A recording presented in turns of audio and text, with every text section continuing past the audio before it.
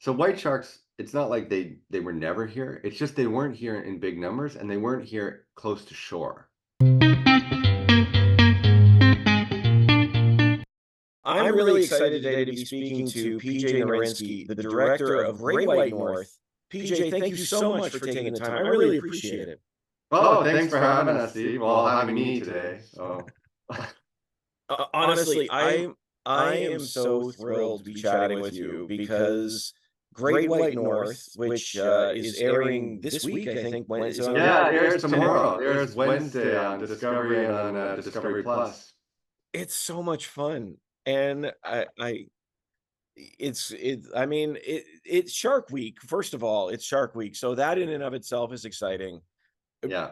Which I have to ask you before we even get to Great White North, why sharks? What like for years now, Shark Week is a thing. Yeah, it's like 30 plus years, I think. I think 88, I think was the first year that they launched that concept. Why? And I think we were the first Canadian show, I think, on Shark Week. I'm not sure. You could research that. I don't know. I mean, I used to watch it when I was younger, and I think people are blown away by sharks, period. Like they are they're the lions of the Serengeti. They're the apex predators. They're it's the Mount Everest of sharks, white sharks. And so people are fascinated with them. These are these beautiful creatures that have lived for like 600 million years on the planet, and they've evolved to become, super adaptive. And, if they wanted to get every one of us out of the water, they could, but they're not interested in us. They've got other things to eat, but they could eat you. So that scares us. Well, that's the funny thing to me. I mean, when we think of scary sharks, of course, the granddaddy is Jaws, like Yeah. fictional sharks, right? But they have remained as this cultural icon, if you will, that we continue to be fascinated with. Now, was this your first time working with sharks? Now, I know obviously I think you said the first Canadian Hmm. exhibition, if you will, or exploration of great whites, but was this your first time working with them as well? Yeah, I mean, it's for me, this is the first project I've ever worked on with white sharks specifically. I did another documentary a couple years ago that was actually a pure science doc that was looking at sleep in various species. So we looked at sharks, we looked at orangutans, we looked at like bees, all these other things. So I mean, I surf, right? I'm a surfer. I love the water. I lived in Nova Scotia for years. I now live on the West Coast. Um, so sharks have always been something that fascinate me, that I'm interested in. Uh, I've been in parts of the planet. My job takes me everywhere, which is awesome. But I've surfed in waters where I knew there were sharks. New Zealand's a big hotspot now. It's a big part of Shark Week this year because there's a lot going on there.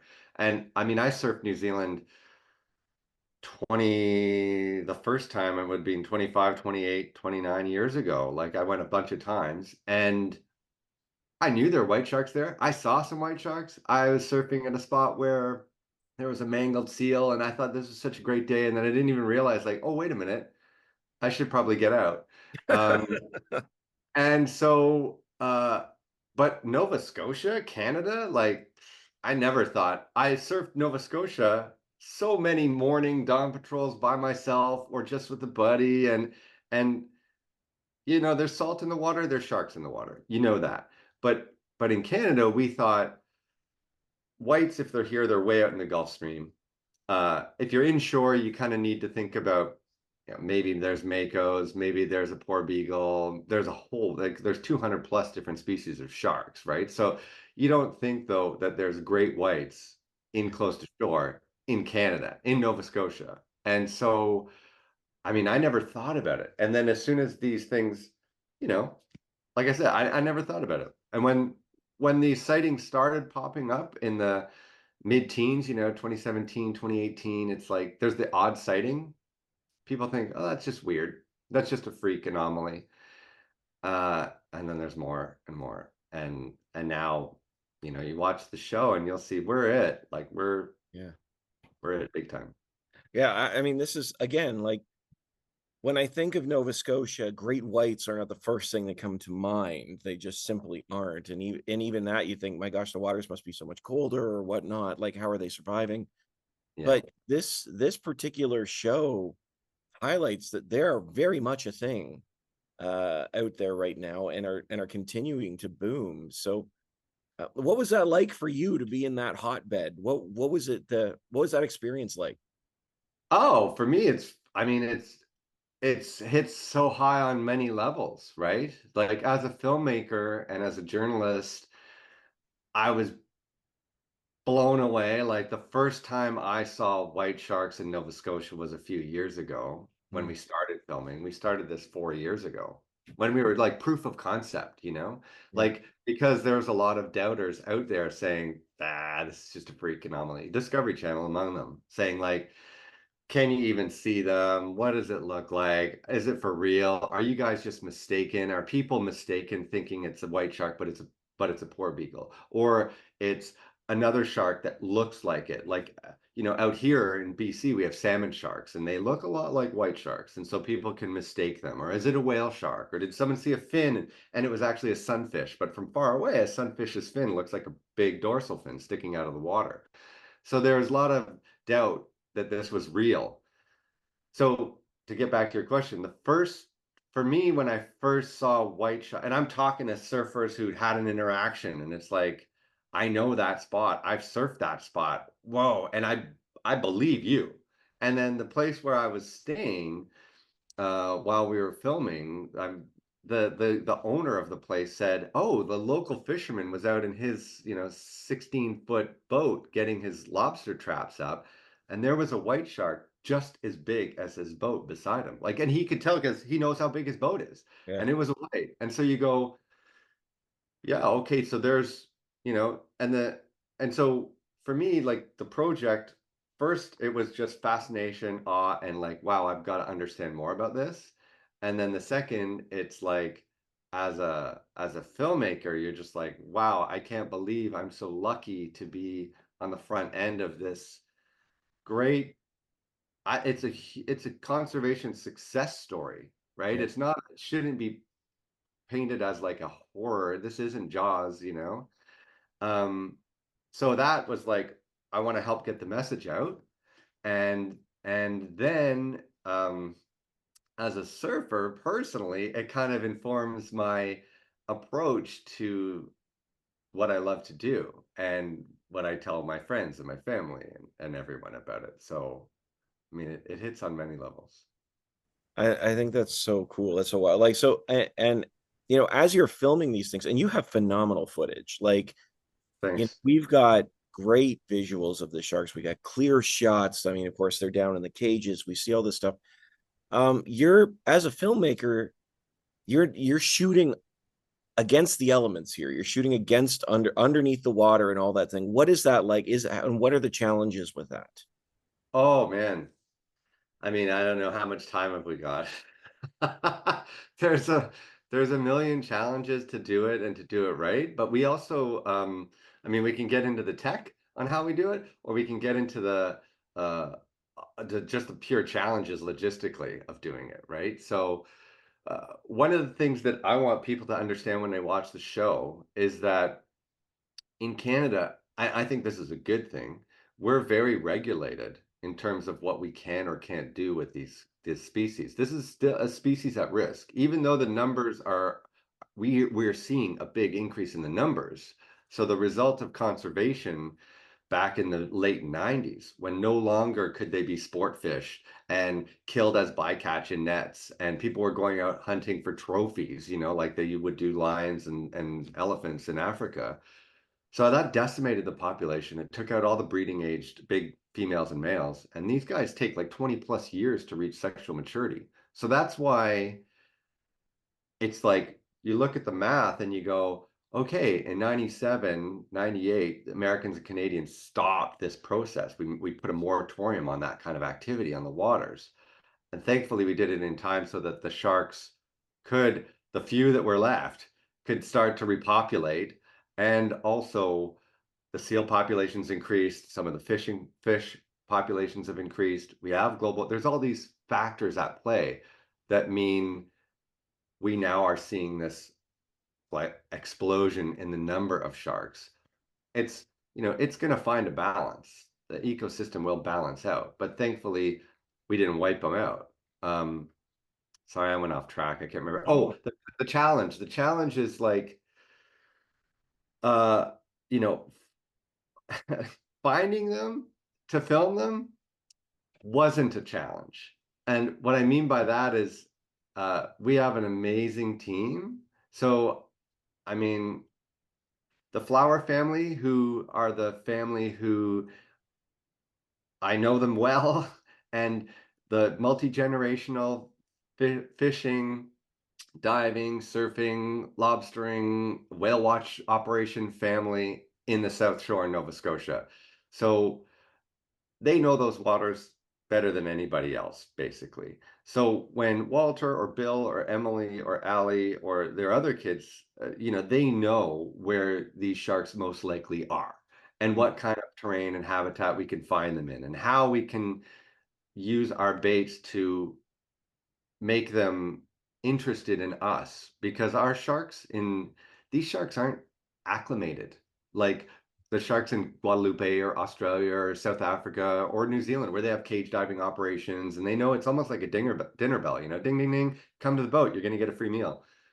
Sharks here don't, that doesn't happen. So they're skittish. And then it gets into we're not allowed, going back to my first point, we can't do certain things in order to film or interact with these sharks because it is a species at risk. So we have all kinds of parameters upon us. We're only allowed to be in a certain area. We mm. can't just go wherever. We have to be a certain distance from human habitation, beaches, people, houses, all that sort of stuff. And then we're not allowed to let sharks just go crazy and keep baiting them like crazy and put tons of chum in the water and bait and all that stuff. No, we have a very limited number of baits. They can't ingest them. If a shark does, we have baits that they can't even get at because they're in like protective stuff that we also don't want to harm their teeth. So all our materials are such that we're not going to hurt their jaws or interact with them. We're not hooking them.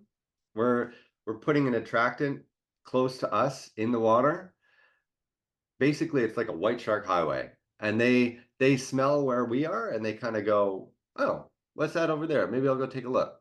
And when they come in and interact with us or our baits, if they get close enough that we can get a shot, get those ID shots, do this big science research that we want to do, it's a fleeting moment of time, because once they start interacting with our baits, if they actually hit a bait, bite a bait, start chewing on a bait and doing their shark behavior thing, we have to stop. We have to stop filming, pull our baits out of the water for 15 minutes and then wait, because I mean I can't show all that in a 42-minute Yeah. documentary, but we have to do that so the sharks don't think free meal every time you come around a boat that might have a food source there. So we're not impacting their behavior. We're not having any kind of negative influence on them and how they normally interact in our waters. So that's hard. Like as a filmmaker, you're like, uh, Chris, Dr. Chris Harvey Clark, who's our scientist, who's one of the scientists whose permit we're filming and fishing under. I mean, he's the guy who has to be the bad cop on the boat every time. We've got an interaction and it's going amazing, and I'm freaking out, and Andy's screaming in the cage, and the drone operator's getting a great shot, and I'm on a camera half the time as well, and we maybe have a pole cam in the water because the shark's really close. And Chris is like, that's it. He's looking at live eye or something else. And he goes, nope, shark's on the bait, guys, gotta pull the baits. And I'm like, I'm gonna kill you, man. Like, we're getting gold here. So yeah, so we tease out that moment as long as the shark's on it, and then it's gone. And it's like, pull the baits in, cut the cameras, wait 15 minutes. Andy decides whether he wants to stay in the cage or come up. And that's it. We gotta stop. That actually makes it even more amazing that you have the footage that you do, because that that's a challenge I wouldn't have expected. Like, I just, the way you see it, baits on the I'm gonna use the term hook. I know it's not a hook, but baits on the hook. Yeah. Comes Bait's by, on the shark line. Say bait's on the line. It's on the baits on line. the line. Say baits on the line then. And and then the voiceover kicks in and tells you all about what's going on and all these Yeah. things. But no, yeah, I mean, I also really respect that at the same time because you don't want to affect their habitat. You want to learn about it. And Yeah. Yeah. We don't want them to like what the spot that we were doing our work at this year. I mean, Walter surfs there. Walter, Greg, Allie. That's an offshore island that is uninhabited. That that's one of his surf spots. It's in his backyard. Like he literally lives over there, and a couple miles away, that's where he goes and he surfs, and his friends surf there, and it's not road accessible or anything like that. Anyway, my point is, you know, he's we're fishing for white sharks right where they like to enjoy our team likes to enjoy the ocean there. So we don't want sharks to be hanging around there thinking every time there's a Zodiac in a boat, it means there's a free meal. yeah, Um, and like I said, we definitely don't want to have any influence on their natural behavior. yeah. So that's it. I appreciate that about it. I wanted to ask you about one comment that's made by one of the women, and it is an offhand comment, Yeah. but I picked up on it. I thought it was so interesting. I mean, you're dealing with, up to, I think, a 17 feet, 17 footers here with some of these sharks. Yeah. One of the women says, I definitely feel small out here. Yeah. And it's a great comment. It's a great comment. But I wondered about that idea about feeling small, not just because sharks are big, but just, is the more you learn about them and if that resonated with you. Oh, totally. I mean, um, would I like honestly, I wanted to be in the Zodiac. Yeah. I would have loved to be in the Zodiac, but no one wants to see me. And they want to see Emily, Allie, and Andy. So like the concept of putting the Zodiac out there and having them in a rubber boat that's, tethered to our mothership in a spot that we know there are white sharks and we're hoping big white sharks. Yeah. Uh, we talked about it at length, whether they felt comfortable and safe and insurance and all those things that we need to factor in and the safety protocols. And if something does go bad, we're ready for everything. But yeah, that when Emily said that, it's definitely she was responding to her dad, Bill, who was basically you don't hear that, who was saying he wanted to be there too. So he was teasing his daughter, saying, Emily, I just had your mom on the phone and she's gonna kill me. And she was like, I definitely feel small out here because you do. And that shark was a big female, big female. Um, one of the biggest sharks they've seen at Shark Week too. Like when we showed them that footage before this even I put it all together, they were like, "Wow, that is a big shark." Like Andy, who's been on like 200 Shark Weeks, was like, "That's got to be one of the biggest sharks I've ever seen anywhere in the world." Paul, the other cameraman in the water, everyone was kind of like, "You got big sharks up here." Not just the thing that I think blew me away as well, going back to like what blew me away was every class of shark is there too, which we Oh, started this project. And when we went out filming this year, we thought big sharks weren't there. We thought this might be a new pupping ground where sharks come up from the south and they have their babies and they let them sort of because there aren't any other predators really for whites. There's no tiger sharks up in Nova Scotia. We kind of thought the hypothesis that Chris, Dr. Clark, and Dr. Naworynski, our other consultants, and Greg, the oceanographer, all these people thought like maybe this is a pupping ground, like or a nursery. Like maybe they're not giving birth here, they're giving birth down in New York, but then they come up where there's lots of food, lots of fish for the smaller sharks, and this is where we're seeing the smaller sharks because we saw two 5-footers which are young of the year. Those are sharks that have just been born, like 4.5 to 5 feet. And so that's what we were thinking.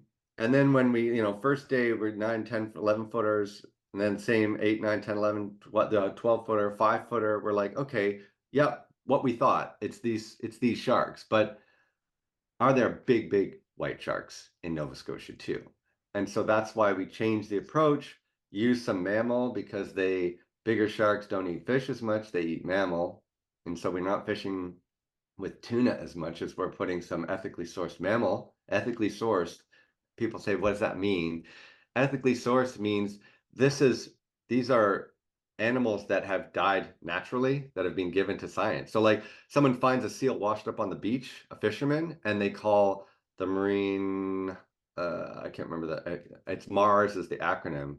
It's Right. a Marine Animal Rescue Society, I think they're called. So they'll put a call into Mars. Mars people will go out there, see this dolphin or porpoise or whale or seal or whatever it is, shark sometimes, and recover it if they can, rescue it if they can, if not, dispose of it properly.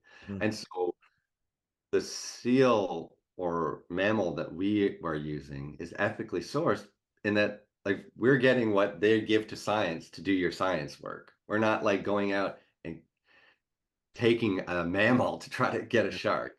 So anyway, once we started using, we used a little bit of mammal as a scent in the water and put the profile of the zodiac, which looks like a baby whale, a dead baby whale, like a pilot whale or a minke or something like that. The kind of thing a big white shark would be interested in as a high caloric meal. And I mean, we had to wait a while. We had to wait like almost 4 hours, but they showed up. I would love to know what you learned about this migration and why Canada. I know we know that they're in the I, I say Boston area. I'm saying it wrong, but in that area of the sea. But how it began up here and what we know about our area that would make it work. I think what we're learning is that, white sharks have always been here. Like there's evidence that they were in First Nations middens like 10,000 years ago. They're shark Mm. teeth and they're painted with red ochre and stuff. So white sharks, it's not like they were never here. It's just they weren't here in big numbers and they weren't here close to shore like they are now. So what we're learning is like those conservation efforts allowed the population to come back, and then at the same time, we have this explosion of seals in the terms of the population. Seal population is like 10 times more in Nova Scotia than it is down in the New England states. So there's a lot of food for the white sharks in the Maritimes and Atlantic Canada. So, they follow the food. They don't have passports. They don't respect borders. They go where the highest potential for survival is. And so for them, there's lots of food. It's like a smorgasbord of food in Nova Scotia and Atlantic Canada. Lots of fish, lots of seals, lots of whales, lots of things that they can eat. And the water temperature with climate change is such that it's not, I think people think it's too cold up in Nova Scotia and in Canada. And but white sharks can thermoregulate. Like they can do okay in temperatures as low as like 2 degrees Celsius. Mm. They don't love it because it takes a lot of energy for them to keep their body temperature up. Um, so they got to eat a lot and they got to work harder. So they're kind of like best zone seems to be above 10 Celsius, 12, 13, 14, 15 Celsius. Like that kind of water, they do really well in, it Mm. seems. I'm not a scientist. This is what the scientists tell me. Um, So I think it's maybe more a case, and this is something we're going to look at, is maybe the water's getting too hot down south. It's not that it's too cold up north. It's that once the calendar ticks over to those April, May, June, like April, May, June, it's just getting too hot in the Carolinas and in Massachusetts and definitely down in Florida. It's just too hot. So they come up north where the waters are like 12 to 17 Celsius. They're not too hot. There's lots of food. There's no predators. It's like It's a new nightclub for white sharks, this is it. So I think they've just and once they're successful there, as Dr. Scomo says, they're gonna come back, right? They're gonna stay there as long as it works for them. And then when it doesn't work for them anymore, when it starts to get too cold in December, November, December, for sure December, but we see them. We've been there doing this in November, and we still had a lot of sharks. Um, Chris Harvey Clark dove off of Halifax and had a 10-foot white shark come around him. I think it was like the first week of December. So I Wow. think by January they're gone. By December, February, March, April, they're gone. They've gone further south for the most part, or they've gone further out in the Gulf Stream where it's warmer. But So they're not near. that's crazy. So that you're saying, by January they're gone, but you also said that by April they're starting to come back. By April, they're coming back in. I know from Dr. Scomo that they see them in Cape Cod in April. They start to see them in Cape Cod in April. Okay. And I know from this year, like literally, what are we now, July 9th? A couple months ago, there was a sighting or two in Nova Scotia already in May, which is earlier. We never saw them in May. We kind of started to see them in June, July, August, September, October. Those were the peak months. So So now you had mentioned you. there's a shark right now. There's we like yesterday we were filming a shark off of a whale carcass Just yesterday. yesterday for Wow. the next thing. Right, right, right. Yeah, Great White North to the not sure. the sharkening. I don't know. Not sure. Not sure. You can tell me what we should call it, Steve. Yeah, call you back in 6 months. We'll figure it out. We'll workshop. We'll workshop. No. Yeah, yeah, yeah. But it's cool. I mean, I just think it's amazing. I'm so happy to be part of it. I'm so lucky to be part of it. Like I said, we've got a great team, and I give kudos to, like, honestly, it's the producer Edward Pyle, whose company Telltale. Edward's the guy who was saying this to me like 7 years ago, 8 years ago. He was like, we should do this. And I do lots of things. I do like Parks Canada series and all kinds of different stuff, right? And so I was like, really? And at first it was like a survey film about sharks in Nova Scotia, like the fact that we have so many sharks there. And I was like, okay, but really? And then like, and even like, I was not sure. And then you talk to Ben Miller, you talk to other people, and you're like, holy crap, yeah, it's real. And it's majorly real. So I give him and Chris Harvey Clark and Dr. Fred Naworynski, they're these guys at the very beginning who were saying this, 7, 8 years ago. This is something we should look at scientifically, and there's a really good, interesting story developing here. And so they put the research in, they put the money in, they put the backing in before the networks got in or anyone else got in. And the flowers, they were interested. They lived there, right? And so it was a groundswell sort of grassroots beginnings to this thing. And then we proof of concept, you show them the stuff and the network goes, yeah, okay, Shark Week 2024. Yeah, it is quite a show. It really is. And it's so much fun to watch. PJ, we're starting to run out of time here, but I just Yeah, want sure, sure.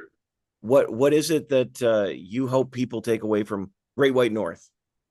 I hope people watch Great White North because they love the ocean and they love the fact that we get to enjoy this wonderful part of living on this planet as humans. It's not our space, it's their space, right? And I think we can coexist really well. And I think education is everything. So the more information you have, which this provides, the better you can equip yourself to enjoy the ocean. So like I would not encourage anyone to stop enjoying the ocean. I think you go out there, you play with your kids, you go in the boats, you fish, you kayak, you dive, you surf, you do whatever it is that you like to do on the ocean. Just be aware that Nova Scotia is now white shark territory for Mm. a good part of the year. And so be smart, don't, if there's a big seal colony and there's seals that are maybe getting mangled over there, you don't want to go fishing. Don't put your boat out there and jump in the water and start going for a swim. or go for if you're surfing and the seals are out, and then all of a sudden the seals are inside of you and climbing out on the rocks, you should probably get out of the water because there's something big and toothy out there. But just be smart. Be aware. It's like you get in your car, you put your seatbelt on, you look at the speed signs, you make sure you don't drive stupidly. I think it's the same thing with the water. It's not a swimming pool at the Hyatt or the Days Inn. You're in the ocean. There's currents, there's rips, there's all kinds of things, and there just happen to be white sharks now, which is a good news story. Yes. You know what? It is a good news story. This is one Yeah. of those ones that, watching it, you feel like this is actually good news to hear. Yeah. So often we get the opposite when we watch documentaries about sharks and whatnot. And I think this Yeah. one's good news. So Yeah. Thank you. Thank you. And there's lots more we could talk about, why, what. No, that's the next film. honestly, PJ, it is so much fun. Thank you so much for your time. I really appreciate it. The show's great, and we know that it's available on Wednesday the 10th Yeah. of July. Wednesday, the 10th of July. Check your local times based on when it's on. It's 8 p.m., I think, Eastern, probably 9 Atlantic, and I'm not sure when it is Pacific, but it's July 10th on Discovery on Shark Week. And then it's any time after July 10th, I think, on Discovery Plus. So if people have Discovery Plus, and they'll re-air it. And yeah, thanks for the interest. Really appreciate it. No, I appreciate it. Thank you so much for your time. Okay, thank you, Steve. Take care. Have a great day. You too. Have a great day. Okay, thanks. Bye. Bye-bye.